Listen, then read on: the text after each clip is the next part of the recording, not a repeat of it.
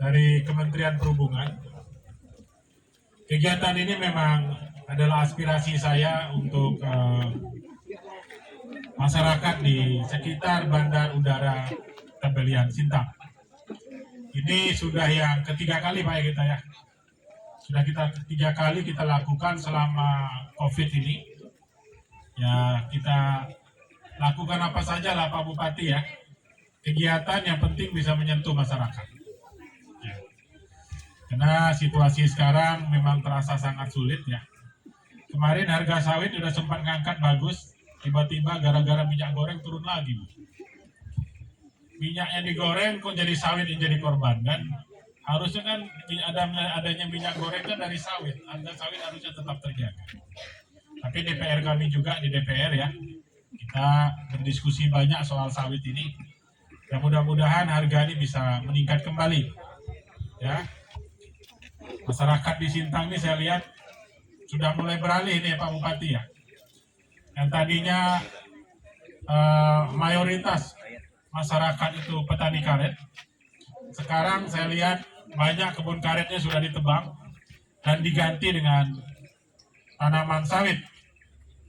Ketika sawit kemarin menyentuh harga per kilo TBS-nya 4.000, saya melihat ada pergerakan yang cukup kencang ekonomi di bawah. Tapi gara-gara minyak goreng akhirnya hanya sebentar terus turun lagi. Dan sampai hari ini walaupun pelan kita melihat ada tren merangkak naik. Ya. Kenapa sawit ini begitu primadona sekarang? Memang di seluruh dunia ini banyak sumber-sumber kehidupan kita sehari-hari ya, kebutuhan pokok kita sehari-hari. Turunan dari kelapa sawit ini di samping CPO-nya hampir semua tidak ada yang terbuang. Dan teknologi sekarang sudah bisa memanfaatkan limbah-limbah sawit juga menjadi barang-barang berguna. Peluang ini memang peluang yang baik, terutama untuk Pemda juga bisa mengedukasi masyarakat. Saya agak menyinggung sawit sedikit Ibu Direktur, karena pada saatnya nanti ya Bu Kristi ya, kita akan tidak juga ada kegiatan ini terus-menerus. Kegiatan ini ada dalam rangka Kementerian Perhubungan dan bersama kami untuk menopang kesulitan masyarakat dalam menghadapi pandemi COVID-19. Sekarang tahun ketiga, dari 3 tahun juga COVID melanda masyarakat kita di sini, melanda dunia lah. Dan tadi Pak Bupati juga mengingatkan ada varian B4 dan B3, B5. B4 dan B5 ini sekarang lagi merembak di luar, yang lagi ramai adalah Singapura. Dan di Jakarta, lewat Bali Bu ya, saya lihat Bali dan Jakarta yang sekarang kelihatannya yang tinggi jumlah positifnya.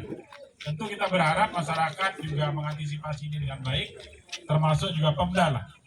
Untuk terus mengingatkan masyarakat kita bagaimana jangan sampai ini terulang kembali, karena kita lengah untuk menyikapi ini. Vaksin tentu menjadi bagian yang tidak terpisahkan. Ya, untuk yang vaksinnya sudah lengkap, Pak Bupati, saya dapat informasi memang gejalanya rata-rata ringan. Nah, kalau masyarakat masih ada yang belum vaksin ya, ini adalah tugas kita semua untuk memastikan masyarakat ini bisa mendapatkan vaksin sesuai dengan yang dianjurkan oleh Kementerian Kesehatan. Kembali ke soal sawit tadi, saya berharap juga Pak Bupati pendampingan kita berikan maksimal kepada masyarakat ya, supaya saya melihat di Kabupaten Sintang dan kabupaten lain di seluruh Kalimantan, bahkan di Pak Kapolres, saya melihat semenjak harga sawit ini naik, gesekan di bawah juga meningkat Pak. Nah ini saya berharap masyarakat dilakukan pendampingan. Tentu pesan saya, kalau memang perusahaannya Yayawan Prestasi, Pak Kapolres, kita minta juga teman-teman bijak menyikapi ini. Ada perjanjian antara masyarakat dengan perusahaan, terus perusahaan tidak melaksanakan tugasnya, memenuhi kewajiban di masyarakat. Saya minta Pemda ambil langkah dulu Pak Bupati. Saya bukan mengajari buaya berenang ketahuan. Sebelum masyarakat nanti mengambil langkahnya sendiri. Ya, Ini perlu saya ingatkan, kadang-kadang ini tidak berimbang di bawah. Nanti masyarakat sudah nunggu plasma sekian tahun, terus nggak dapat-dapat, begitu masyarakat bergerak sedikit berurusan dengan hukum. Dan kepada masyarakat saya juga berpesan, kalau ada masalah datangi Pemda, datangi kepolisian ya Pak Kapolres ya, diskusi dengan Pak Kapolres. Ya, ada teman-teman TNI di sini, jangan main langkah sendiri di lapangan yang akhirnya melanggar hukum. Ini sebagai wakil rakyat perlu saya sampaikan ya kepada kita semua agar daerah kita ini aman, tentram dan damai ya Pak Kapolres ya. Kita bisa enak makan, enak tidur Pak Jaksa ya. Nanti Pak Kajari nggak perlu nyusun tuntutan terlalu banyak karena terlalu banyak yang berperkara kan gitu Pak Kajari. Ya Pak Kapolres juga nggak terlalu pusing lah. Kali-kali boleh cuti kan gitu Pak Kapolres ya. Karena tidak banyak gangguan di masyarakat. Oleh karenanya saya pikir kalau pemikiran saya langkah dini itu lebih penting. Pemda bisa mengambil langkah diinventarisir saja di seluruh perkebunan yang ada. Yang tidak memenuhi perjanjian kasih peringatan Pak Bupati. Bila perlu cabut izinnya. Daripada kita mulai dengan masyarakat. Saya yakin masyarakat tidak mungkin melakukan sesuatu yang tanpa dasar. Pada tokoh masyarakat juga kita pesan, kalau ada apa-apa kontak kita juga. Saya bisa kontak dengan Pak Kapolres, bisa kontak dengan Pak Dandim, bisa diskusi dengan Pak Bupati, kan Pak Bupati ya, bisa diskusi dengan Pak Kajari. Jangan setelah nasi jadi bubur baru cari kita. Dan bagaimanapun pidana itu kalau sudah berjalan ya susah kita ya Pak Kapolres ya. Nah, karena itu sudah menyangkut hukum acara namanya. Saya agak menyinggung itu sedikit, manakala nanti COVID ini menurun, Pak Patah dan Bu Kristi, kemungkinan program ini kita juga tidak lanjutkan lagi, Bu. Karena kita akan lebih fokus ke infrastrukturnya. Contoh sekarang nih jalan ini kan kita belum bikin nih, Bu. Mudah-mudahan tahun ini ada ya Pak Patah ya. Tahun ini saya berharap jalan ini sudah dua jalur menuju ke bandara sana. Ya Pak Patah nanti tolong ingatkan saya ya. 2023 saya berharap jalan ini udah mulus sampai di bandara supaya kelihatannya bagus dari depan sana Pak. Ya Bu Kristi ya. Ya ini kan sudah ini apa namanya jalurnya udah dua nih Bu. Kita punya gerbangnya ini. Yang baru ada jalan cuma satu. Ya, saya nggak kepingin lama-lama lihat beginilah. Nggak bagus kelihatannya begini. Ya kalau dia mulus jalannya kiri kanannya nanti kita pelihara tanamannya Pak Patah ya. Ini waktu Presiden datang kan pohon-pohon ini kita tanamin semua nih Pak Patah. Nah mumpung ada padat karya ini mungkin ya dipupuk sekalian ini tanaman ini supaya nanti tumbuh subur dan hijau jalan menuju ke bandara sana. Bapak Ibu sekalian, peserta yang ikut dalam kegiatan padat karya ini, ya saya berterima kasih sudah berpartisipasi. Pak Kepala Desa ya sudah mengerahkan masyarakatnya, terima kasih Pak Kades. Pesan saya jagalah bandara ini ya. Terutama di ujung landasan Pak, ingat kepala desa yang di sana, siapa kepala desanya ujung sana? Pak Patih nih, saya manggil dia Pak Patih. Ini Patih pasukan merah ini.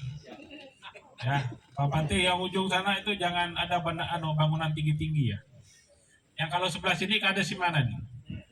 Kades Mantir. Ya Pak Kades ya, kalau ada yang bikin izin bangunan tinggi-tinggi di situ, atau mau bikin rumah walet misalnya di ujung landasan sana jangan, tidak boleh. Ya, tidak boleh. Tanya ke Pak Kepala Bandara dulu. Sekitar bandara ini yang harus kita ketahui ada namanya KKOP ya Bu ya. Kawasan Keamanan Operasional Penerbangan. Bandara ini Pak Bupati sudah desain ya Pak Bupati ya. Pak Jarod ini bersama kita mendesain bandara ini. Kalau bisa untuk 100 sampai 150 tahun ke depan kita nggak usah pindah bandara. Kita nggak usah bangun lagi bandara baru. Ini kalau dihitung-hitung Bu Kristi, sampai hari ini saya yakin udah mendekati 1 triliun kita habis di sini di bandara ini. Itu anggarannya tidak sedikit. Ya, uang negara yang sudah habis di bandara ini banyak sekali. Jadi harapan saya bandara ini ada dan kita jaga bersama sehingga masyarakat bisa terbantukan. Sekarang penerbangan belum terlalu ramai ya.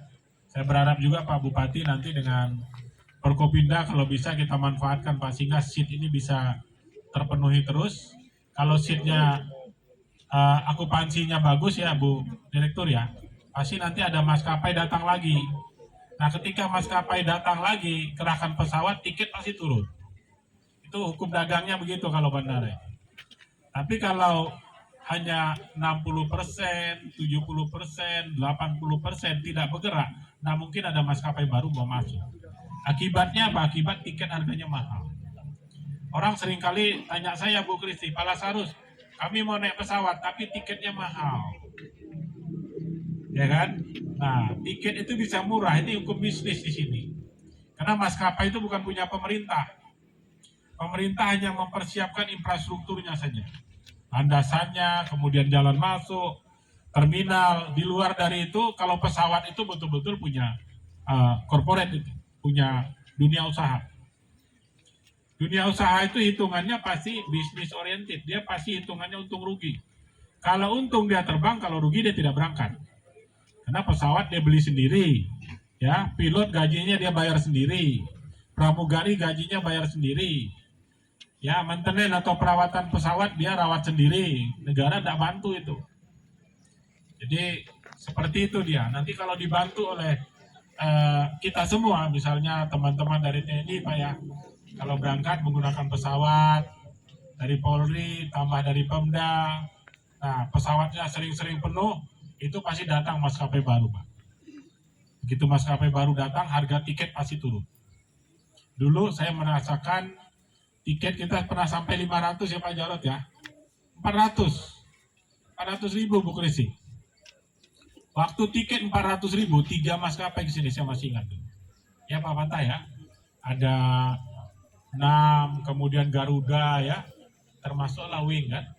3 maskapai pernah masuk sampai Sintang dan itu penuh-penuh terus pesawatnya. Sekarang persoalan di jadwal, tidak tiap hari, kemudian harga tiketnya mahal, akhirnya penumpangnya sedikit. Ini persoalan sebetulnya.